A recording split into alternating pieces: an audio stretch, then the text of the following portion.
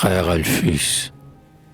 Ce fut un homme chaste, humble, doux et savant, que le vieux frère Alphus, le moine des légendes.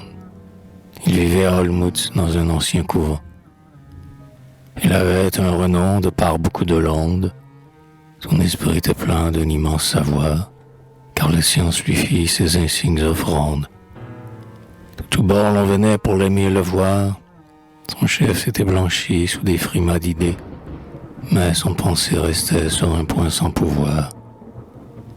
Parmi les grandes paix des retraites sondées, dès l'aube, tout rêveur il venait là souvent, quand les herbes chantaient sous les primes mondées.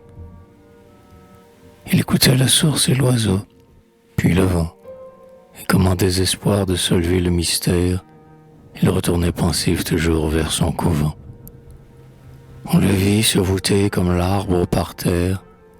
Peu à peu dans son âme une tempête entra, car le doute y grondait comme un rauque cratère.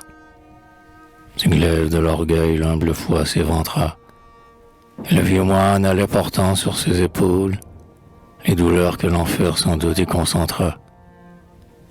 Parfois il se disait marchant sous les hauts saules, l'index contre la tempe et le missel au bras. Dieu peut-être est chimère ainsi que vain nos rôles.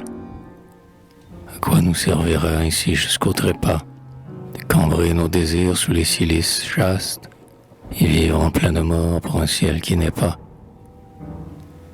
Son cœur confabulait avec des voix néfastes.